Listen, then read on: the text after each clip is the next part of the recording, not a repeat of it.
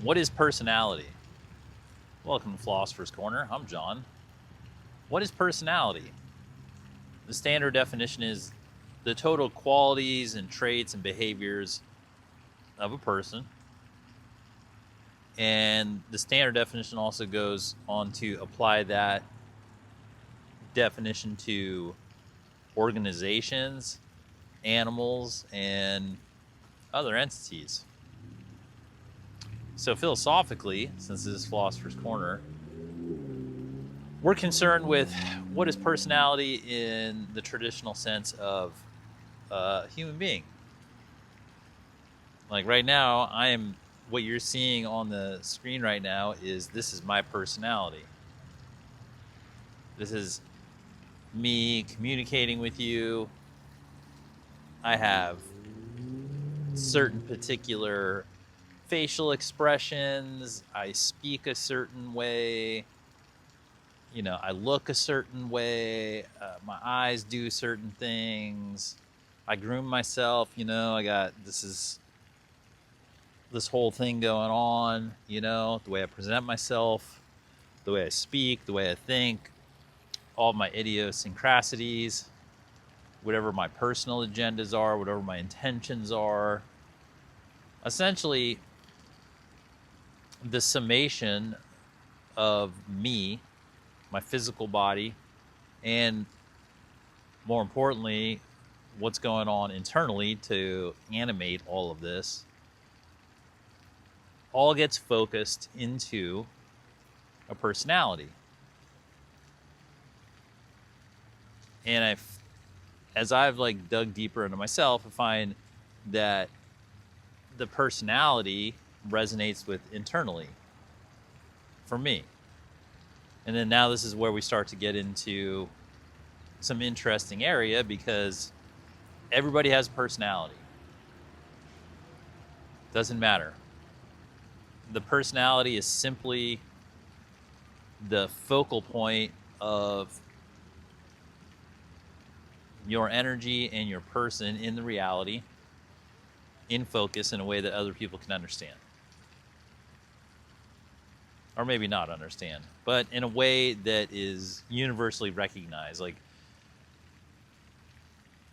if I meet people and they're interacting with me a certain way, having a personality is one of the fundamental, it's like a language basically, because since everybody has a personality that they use to interact with reality and other people, we are calibrated to that as a universal form of existence.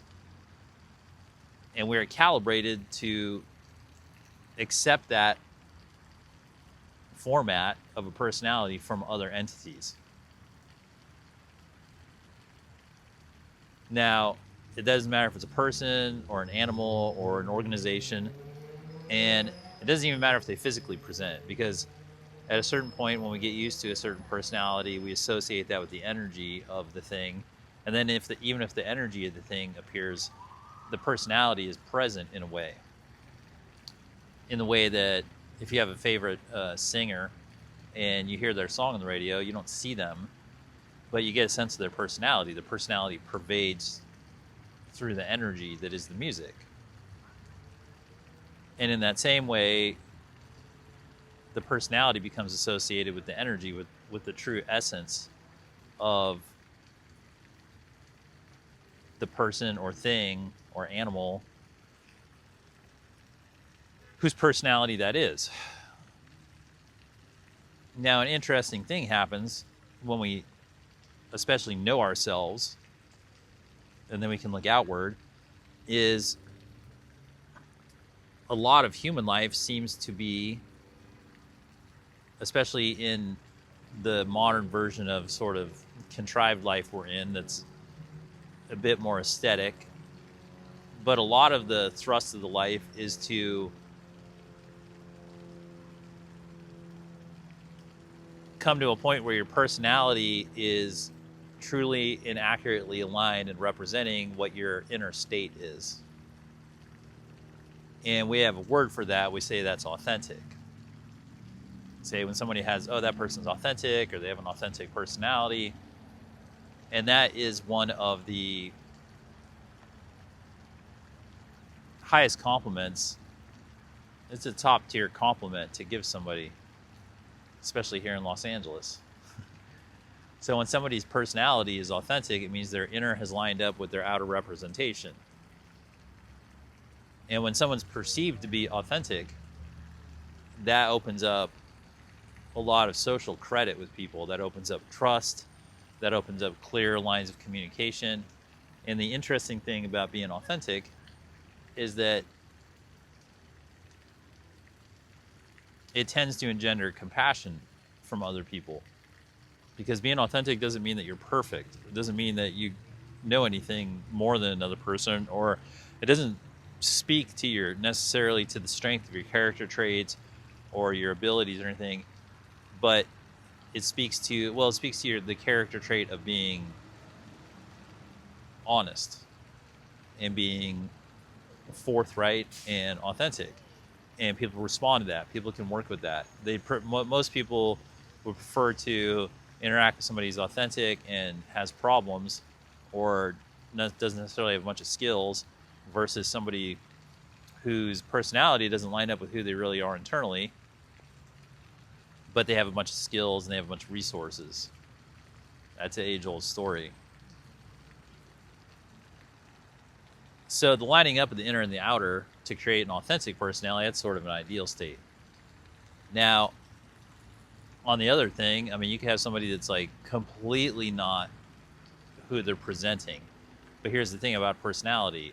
You are whoever you're presenting. Now, if you're presenting your personality in a contrived way, or in a ignorant way, or in a way that's just not in line with who you really are, since people are so well calibrated to personality, they know that. They can feel that. They can sense that. And the thing about that is that our personality, to a very large degree, determines the outcomes in our life, because it determines the reactions. It causes the causation in the personal life to happen.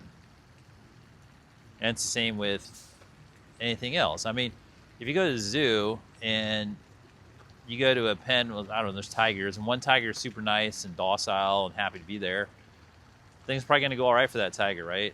But if there's another tiger and that tiger is just not having the zoo, because that's probably the right thing to do, because like if you're a tiger, why would you want to be in a zoo? But if you're a tiger in the zoo and you're ornery and you're always going after the handlers and you're just waiting for the day that, you know, a kid gets too close to the rail and everybody knows it, well, you know, they're going to treat you different than the tiger that's chilling. And that's simply a personality read. And a lot of life doesn't get any more complicated than that. Now, that's not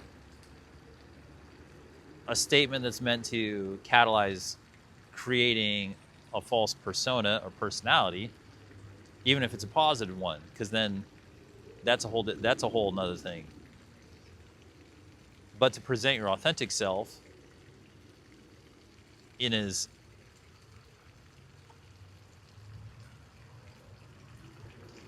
authentic a way possible is the best thing. Which means it doesn't mean that like every time you want to fly off the handle, you fly off the handle, or every time you want to get super depressed, you get super depressed like all the time. It just means that you're open about who you are internally and what you want out of life and what you're doing, and you act generally in accordance with it, and people who know you know what you're about. You know, and then when that happens, then you can start to line up with the things that make your life fulfilling. But it's really based on the personality. And the personality, it's interesting because, you know, all of us here at one point did not exist here. We were born into this world. We didn't, you know, 150 years ago, anybody that's watching this video around the time I make it, you know, you weren't here in 1850.